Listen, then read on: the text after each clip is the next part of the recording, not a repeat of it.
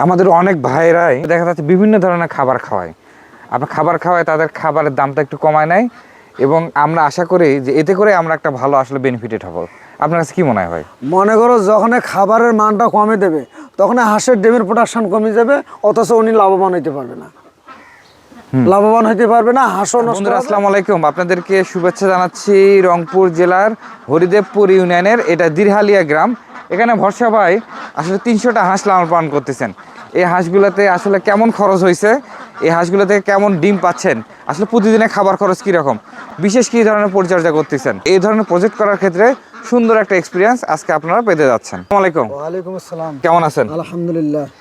আপনার এখানে আমরা অনেকদিন আগে আসছিলাম, বর্তমানে কি অবস্থা যদি একটু আমাদের মধ্যে শেয়ার করতেন। বর্তমানে আল্লাহর রহমত খুব ভালো আছে। এখন ডিমের প্রোডাকশন গতদিন 90% ছিল, এখন পাখা ঝরছে, এখন 75%। ইনশাল্লাহ ভালো পোষাইতেছে। আপনার এখানে কতগুলো হাঁস আছে? 300-র মধ্যে আছে।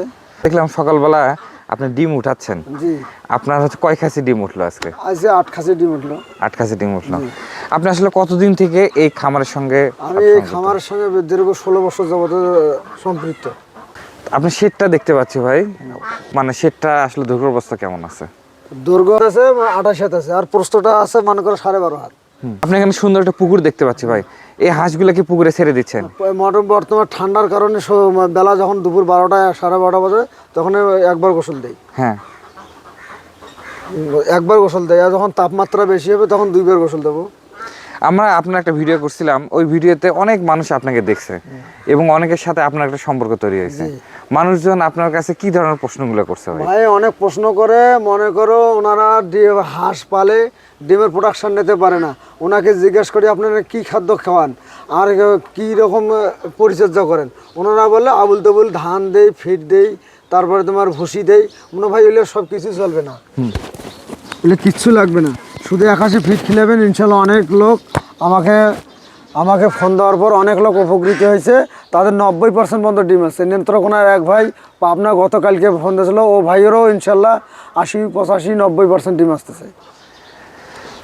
একটা কথা জানতে চাই ভাই, হাঁসগুলো আসলে ডিম না আসার পিছনে কারণ কি? হাঁসগুলা ডিম আসার পেছনে কারণ হচ্ছে সুষম খাদ্য প্রথমে থেকেই যদি শুরু করা যায় তাহলে ওর কন্টিনিউয়ার শরীরটার অ্যাডজাস্ট হয়। আর যদি প্রথম থেকে আবুল তাবুল খাদ্য খায় তখন ওর শরীরটার চর্বি জমে, ডিমের প্রোডাকশান এই জন্য কমে যায়, আর মানুষ বলে ডিম পারে না। মনে করো প্রথম অবস্থায় মনে করো 3 মাস 10 দিন যখন বয়স হয়ে যাবে তখন ডিমের খাদ্য প্রয়োগ করা লাগবে। ওই তখন ডিমের খাদ্য প্রয়োগ করলে মনে করো আস্তে আস্তে শরীরে অ্যাডজাস্ট হয়ে ডিমের ইয়েটা উৎপাদন হবে। আর যদি মনে করো 4 মাস পর্যন্ত আবুল তাবুল খাদ্য খেলে শরীরে চর্বি জমে যাবে, প্রোডাকশন কমে যাবে। একটা হাঁস আসলে কতদিন বয়সে ডিম দেওয়া শুরু করে? একটা হাঁস 150 দিন বয়সে 15 ডিম আসে, 90% ডিম আসবে। আচ্ছা, 150 দিন বয়সে ফুল ডিম প্রোডাকশন আসবে। 120 দিনে শুরু হবে, 150 দিনে ফুল প্রোডাকশন আসবে। আপনার এগুলো ভাই কতদিনে আসলে ডিম পাইছেন? এগুলো আসলে তো আমি 4.5 মাসে শুরু হয়েছিল, 5 মাসে আমার ফুল প্রোডাকশন আসছে। এইটা লাস্ট কতদিন পর্যন্ত ডিম পাইতে পারে? 18 মাস পর্যন্ত ডিম দেবে ভাই। 18 মাস পর্যন্ত? 18 মাস পর্যন্ত ডিম দেবে। এখানে কত টাকা ইনভেস্ট করা আছে? এখানে আমার তো ইনভেস্ট করা আছে 2 লাখের ঊর্ধ্বে ভাই। মানে শুধু হাঁসে? শুধু হাঁসে। আর এখানে হাঁস আছে 300, খাদ্য খাইতেছে ওষুধ সহকারে আমার 2000 টাকা যায় আর কি। 2000 টাকা যায়, আমার 1200-1400 টাকা ইনশাল্লাহ লাভ থেকে। আমরা যদি মাসে হিসাব করি 40-40-এর নিচে না। আচ্ছা, আমরা তো আসলে অনেকে উদ্যোক্তা হইতে যাচ্ছি বা অনেকে খামার করছে, খাবার খরচটা আমরা আসলে কমায় নিতে চাই এবং এ থেকে যেন আমাদের হাঁসগুলো ভালো প্রোডাকশন আসে, এইটাও আমরা চাই ভাই। আপনি বললেন আপনার এই খাবারগুলোর দাম 36 থেকে 38 টাকা, আমাদের 50 টাকার 50-15 টাকা পর্যন্ত খাবারের দাম আছে। আপনার খাবারটা আসলে কিভাবে কি আমাদের মাঝে শেয়ার করেন? মনে করো আমরা একখান থেকে খাদ্যটা নেই, ওখান থেকে আরো অন্যান্য মেডিসিন দিয়ে খাদ্যটা বস্তার পরিমাণ মান বানাই আমি হাঁসকে খাওয়াই। পিট খেলেছিলাম তখন 90-95% ফ্রি। অথচ যে কোনো ভাই যদি করে এইসব খাদ্য সংগ্রহ করতে পারবে না, তাদের মাথায় নেওয়া যাবে না, তাদেরকে খেলাইতে হবে ইনটেক খাদ্য, তাহলে 90% ডিম আসবে ইনশাল্লাহ। তার 500 হাঁস থাকে, ইনশাল্লাহ 500 হাঁসের মধ্যে 5-5-2500 টাকা পার ডে আসবে। আমাদের অনেক ভাইরাই আসলে দেখা যাচ্ছে বিভিন্ন ধরনের খাবার খাওয়ায়। আপনার খাবার খাওয়ায় তাদের খাবারের দামটা একটু কমায় নেয় এবং আমরা আশা করি যে এতে করে আমরা একটা ভালো আসলে বেনিফিটেড হব। আপনার কাছে কি মনে হয় ভাই? মনে করো যখন খাবারের মানটা কমে দেবে তখন হাঁসের ডিমের প্রোডাকশন কমে যাবে, অথচ উনি লাভবান হইতে পারবে না। লাভবান হতে পারবে না, হাঁসও নষ্ট হবে। হাঁসের মনে করো যে পরিমাণ হাঁসের শরীর বা রোগ প্রতিরোধ ক্ষমতা থাকবে সেটা থাকবে না। মনে করো ওর মধ্যে যে ধান দেয়, ধানের ছাল সামান্য একটু চাউল, ওই পাতা ধানটা খেয়ে কী হবে শরীরে, একটা ডিম ৭২ গ্রাম ডিম পারে হাঁস, ৭২ গ্রাম ডিম পারে। খাদ্যটা লাগে ৮০ গ্রাম ডিমটা তৈরি করতে, 30% লাগে মনে করো শরীরটা চালাইতে, আর বাকিটা পায়খানা করে। এইটা যদি মনে করো সব মিলি যদি খাদ্যটা খেলিতে না পারে, মনে করো আবুল তাবুল খাদ্য খেলাইলে তো আর ডিম যেটা হবে সেইটা দিয়ে যদি তৈরি না হয়, ডিমটা পারবে কোথার থাকে? মনে করো ৮০ গ্রাম খাদ্য লাগে, সুষম খাদ্য লাগে ডিমটা রেডি হইতে। আর আমি ধান খাওয়াইলাম, ভুসি খাওয়াইলাম, অমুক তমুক খেলাইলাম, ফিট খাওয়াইলাম মিশেল দিয়ে, ওই পরিমাণ তো পুষ্টি আসলো না, ডিমটা রেডি হলো না, ডিমটা পারবে কিভাবে? এটাই হচ্ছে কথা, এইটাই মেন কথা হচ্ছে। আর ওনারা ইনটেক খাদ্য, সব সময় ইনটেক খাদ্য, বস্তার খাদ্য ইউজ করবে, ওনাদের ইনশাআল্লাহ লাভবান হবে।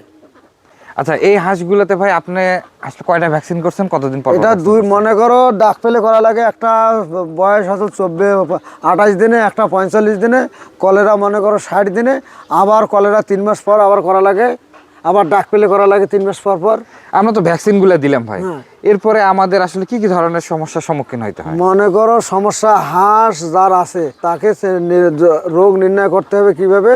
হাঁসটার বিশেষভাবে যখন হাঁস দেখবে পরিমাণ খায়, 500 হাঁস আছে 75 কেজি খাদ্য খায়, সে জায়গাতে ওনার খালো 60 কেজি খাদ্য, 15 কেজি খাদ্য কেন খাইলো না, তাহলে বুঝতে হবে হাঁসের কোনো সমস্যা আছে, বুঝতে হবে হাঁসের অবশ্যই সমস্যা আছে, এই কারণে 15 কেজি খাদ্য কম খাইছে।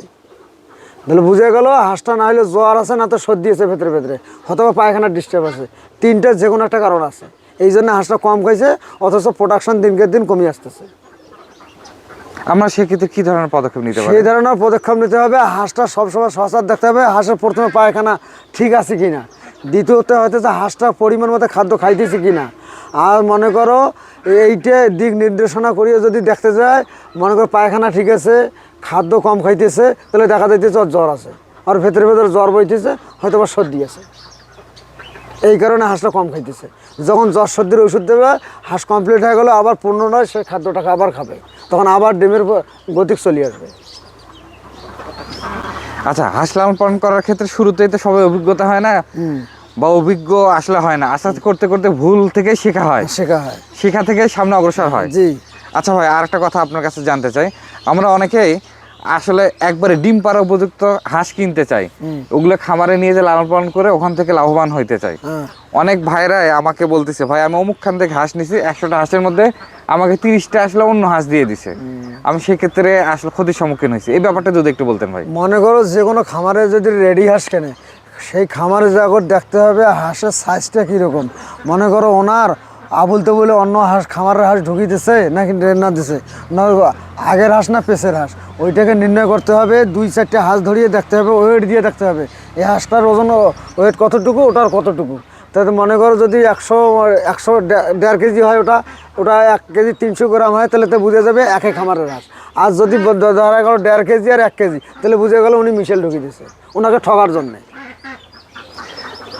একটা কথা না বললে নাই, একটা ডিম পাড়া উপযুক্ত হাঁস বা ডিম দিচ্ছে হাঁস, এই হাঁসটার ওজন সাধারণত কেমন হয় ভাই? নিম্ন হলে 100-1700 গ্রাম লাগবে। আপনি 1700 গ্রাম হয়? 1700 নিম্ন, 1700 থেকে 1500 গ্রামের নিচে না। আচ্ছা, একটা ডিম পাড়া উপযুক্ত হাঁস সর্বনিম্ন 1500 থেকে মানে কি শুরু হয়? হ্যাঁ হ্যাঁ। মনে করো যখন 1 কেজি 200-300 থাকবে, তখন এই হাঁসটার ডিমের প্রোডাকশন কমে যাবে। মনে করো শরীরে যদি বল না থাকে কীভাবে ডিমটা পারবে, শরীরটা তো লাগবে, এইভাবে শরীরটা না থাকলে তো ডিমের প্রোডাকশন আসবে না। নিম্ন হলে 1500 গ্রাম লাগবে। আচ্ছা, আপনারা যারা রেডি হাঁস কিনতে যাচ্ছেন ভাই, আপনারা এটা অবশ্যই সাবধানতা অবলম্বন করবেন।